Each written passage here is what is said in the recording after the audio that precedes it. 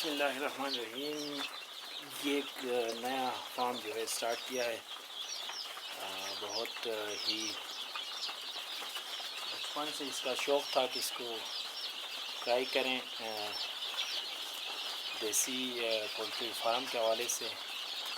تو گلگت بلتستان میں عام طور پہ یہ ہے پولٹری فارم کا اتنا بہت بڑی مارکیٹ ہے، مگر کسی قسم کی پولٹری انڈسٹری یہاں پہ موجود نہیں ہے۔ تو اس حوالے سے ہم نے ایک چھوٹی سی کوشش یہاں پہ کی۔ ہمارے پاس تقریباً 600 برڈز جو ہیں یہ موجود ہیں، اور یہ چکس ہیں تقریباً 3 ویکس ہو چکے ہیں کہ یہ چوتھے ہفتے کے اندر جا رہے ہیں۔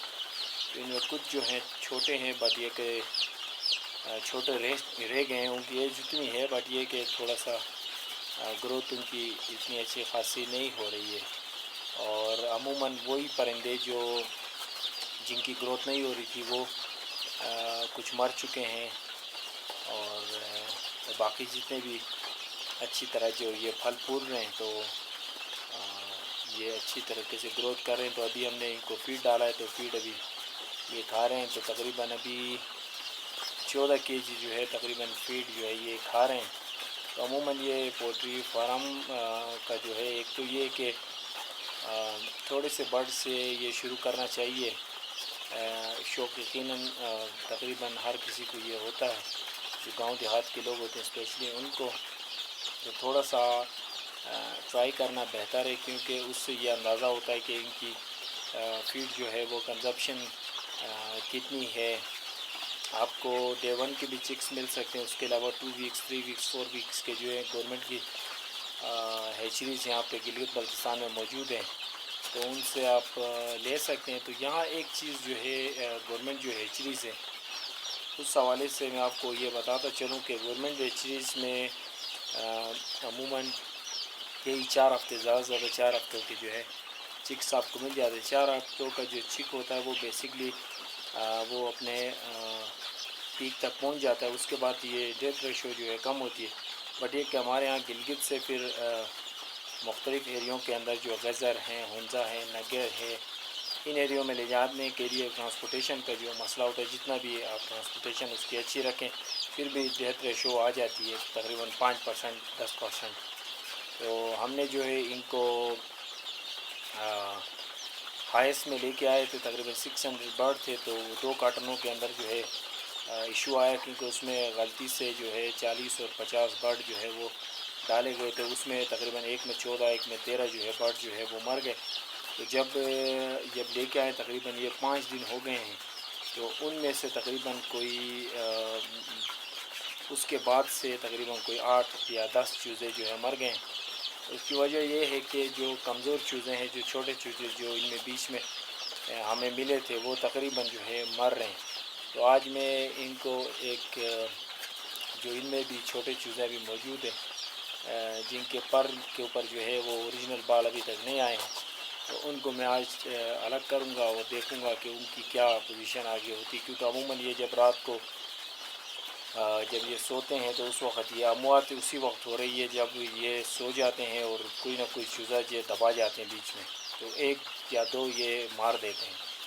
تو ایک تو کچھ یہ آگے دنوں میں بارشیں اچھی خاصی ہوئی، تو ٹمپریچر مینٹین نہیں ہو رہا تھا، وہ 18-19 کے تک آ رہا تھا تقریباً۔ میں نے ابھی تو یہ لائٹیں بجھا دی ہے، آج تقریباً کوئی 16 لائٹیں اس کے اندر 100 واٹس کی جو ہم نے لگائے تھے، اس دوران تو پوری جلائی تھی، پھر بھی ٹمپریچر مینٹین نہیں ہو رہا تھا۔ کوئی 2 دنوں کے اندر اچھی خاصی دھوپ پڑی ہے، تو اس وجہ سے ابھی اس وقت جو اندر ٹمپریچر میں دن کو جب آیا تو تقریباً 30 کے قریب تک پہنچ گیا تھا۔ جب میں اندر تھوڑی دیر ان کو فیڈ وغیرہ دینے لگا تو اس میں کافی جو ہے مجھے پسینہ وغیرہ بھی آیا، تو جب اندازہ تب مجھے ہوا، میں نے یہ ٹمپریچر جو مشین ہماری اوپر یہ ادھر لگی ہوئی ہے، یہ آپ دیکھ سکتے ہیں کہ یہ لگی ہوئی ہے اوپر، تو اس میں ہمیں اتنا معلوم، جب مجھے پسینہ آنا شروع ہوا تو تب میں نے اندازہ کیا کہ یار ٹمپریچر میرے خیال سے کافی بڑھ گیا ہے۔ تو میں نے پردے شردے بھی تھوڑے کھولے اور لائٹیں بھی کچھ بجھا دی۔ تو ابھی بھی میں آیا ہوں تو وہ شام کے ٹائم پہ میں نے لائٹیں پوری جلا دی، تو پھر دوبارہ جب میں آیا تو تقریباً 26 کے قریب جو ہے ٹمپریچر اس میں آ رہا تھا۔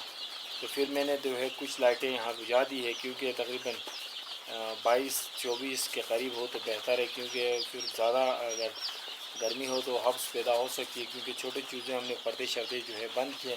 تھوڑا سا ایریا ہے جہاں سے جو ہے تازہ ہوا آ سکتی ہے، اس کے علاوہ یہاں پہ بالکل کمپلیٹلی بند ہے. تو اس میں جو گورنمنٹ کی طرف سے جو ہمیں چوزے ملتے ہیں اس میں یہ جو ہمیں بیسکلی مجھے تو ہم نے جو ڈیمانڈ کی تھی وہ ایک ہی نسل کی ہم نے کی تھی، بٹ یہ کہ جب ہم وہاں پہ چوزے ریسیو کرنے گئے تو ہمیں مکس جو ہے وہ ملے. اس کے اندر جو ہے جو میرا شوق تھا وہ پلے ماؤتھ روگ کا ہی تھا. جو پلے ماؤتھ روگ جو برڈ ہے اس وقت جو ہے سب سے ٹاپ کے اوپر جا رہا ہے. تو اس کی بریڈ بھی جو گلگت بلتستان کے موسم کے لحاظ سے اگر دیکھا جائے تو بہت ہی اچھی ہے. سردی کو جو ہے برداشت کرنے کی صلاحیت ان میں ہونی چاہیے. ایسے پرندے یہاں پالے جانے چاہیے. تو اس میں بہت زیادہ سردی گرمی دونوں کے لیے جو ہے اچھی وہ ہے. تو پلے ماؤتھ راک کی یہ نسل یہاں پہ اس میں موجود ہے، اور ابھی تو یہ چھوٹے چوزے ہیں اس میں مجھے پلے ماؤتھ راک کے جو پروپرلی جو ہے مجھے اندازہ ہو چکا ہے کہ اس میں پلے ماؤتھ راک بھی ہے، اسٹرولوپ بھی ہے. اس کے علاوہ یہاں پہ ریڈ ہین بھی ہے جسے عام طور پہ مصری بھی کہا جاتا ہے یا دیسی بھی کہا جاتا ہے. اس کے علاوہ مجھے جو لگ رہا ہے کہ جو ابھی چھوٹے ابھی نکلیں گے تو پتہ لگے گا پراپرلی سوزیکس کا بھی مجھے لگ رہا ہے کہ کچھ پرندے اس میں موجود ہیں. تو یہ جب پورا اپنا 2 مہینے کے ہو جائیں گے، 2-2.5 مہینے کے، تو اس میں پورا پتہ لگ جائے گا کہ بھائی یہ کیا نسلیں ہیں.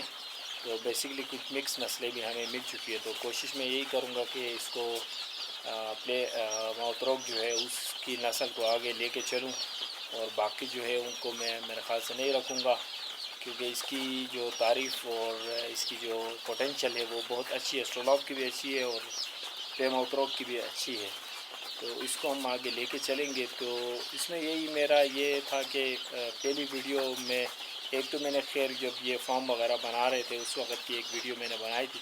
اس کے علاوہ جو مقصد یہ پہلی ویڈیو میں بنا رہا ہوں، اور اس کے ساتھ ساتھ انشاءاللہ تعالیٰ آپ کو میں بتاتا چلوں گا کہ گلگت بلتستان میں جتنے بھی لوگ ہیں، میرے خیال سے ایک گاؤں کے اندر کم از کم 1 سے 2 جو فارم ہونا لازمی ہے، کیونکہ دیسی انڈا جو ہے ہمیں اویلیبل نہیں ہے.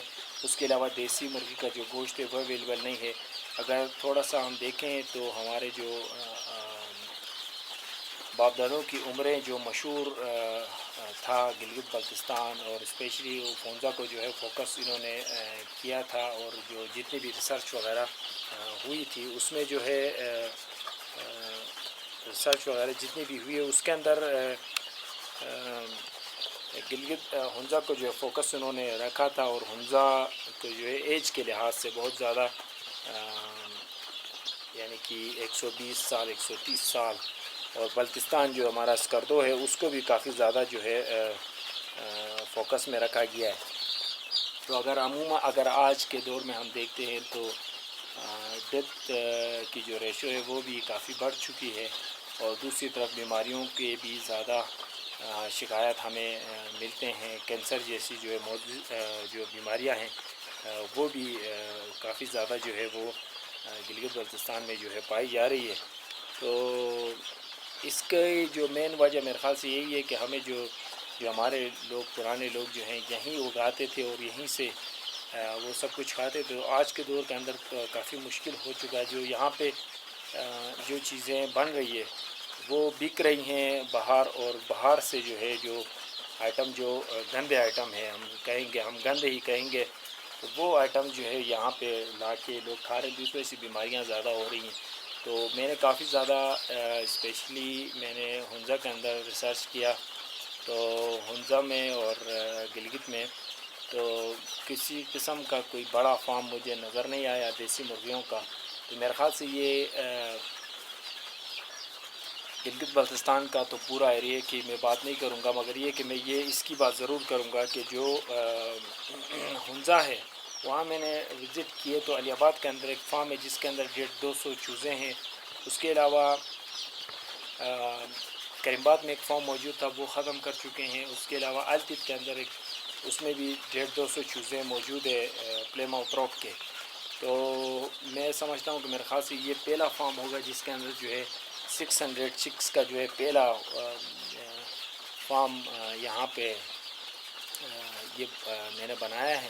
تو کوشش یہی ہے کہ یہ کامیاب ہو، اور کامیاب ہونے سے فائدہ یہ ہوگا کہ جب یہ کامیاب ہوگا تو کم از کم اس گاؤں کے اندر سے بھی جو ہے نا 2-4 ایسے لوگ پیدا ہو جائیں گے کہ جو یہ مرغی فارم کے اندر جو پولٹری فارمنگ جو ہے اس حوالے سے پھر وہ آگے ایک قدم اٹھا سکتے ہیں.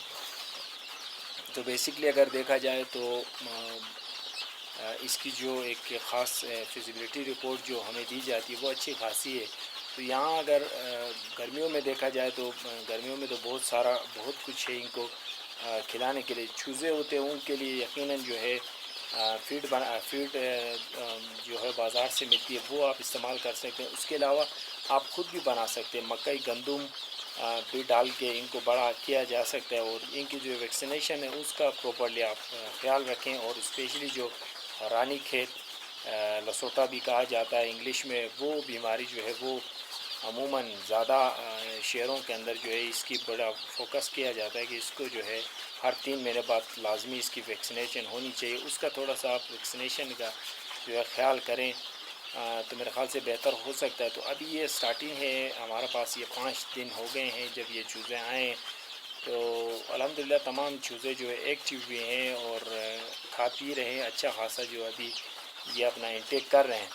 تو پانی بھی اچھا خاصا یہ پی رہے ہیں. ہم نے تقریباً یہ 600 چوزے ہیں، ان کے لیے تقریباً 11 گیلن جو ہے 10 لیٹر کے وہ رکھے ہیں. تو تقریباً 2 دن میں یہ ختم کر جاتے ہیں، اور ڈیلی بیسس کے اوپر جو ہے 14 kg جو ہے اس وقت یہ چل رہی ہے ان کی فیڈ. اور ہم نے جو ہے دیسی فیڈ بھی اس میں مکس کی ہے، ہاف جو ہے وہ اسلام آباد فیڈ والوں کی ہم استعمال کر رہے ہیں، اور اس میں پھر دیسی کچھ آئٹمز جو ہیں وہ ان کو ہم مکس کر کے ان کو کھلا رہے ہیں.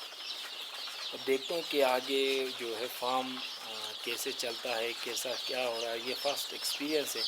لٹریچر کے طور پہ تو ہم نے کافی چیزیں جو ہے ان کی ہم نے پڑھی ہے، بٹ اب دیکھیں گے کہ پریکٹیکلی جو ہے کام میرے خیال سے کرنے سے زیادہ ایکسپیرینس بھی ہوتا ہے اور اس سے ہمیں مینٹین ہوتا ہے. تو تقریباً میں ان چیزوں کے پاس آلموسٹ اگر میں اپنا پورا 24 گھنٹے کا میں ایوریج نکالوں تو تقریباً 5 گھنٹے میں ان کے پاس رہتا ہوں، 1 گھنٹے کے حساب سے، 1.5 گھنٹے کے حساب سے. پھر ان کی مومنٹس وغیرہ ہر چیز، ان کی حرکتیں، کوئی سست ہے اور وہ ساری چیزیں میں دیکھ رہا ہوں. تو میں آج جو ہے کچھ چیزیں الگ بھی انشاءاللہ کر رہا ہوں، جو چھوٹے چوزے ہیں، کیونکہ میں جب سے یہ 5 دن میں یہ چوزے آئے ہیں تو ہر دن جو ہے کچھ نہ کوئی چوزہ جو ہے مر رہا ہے.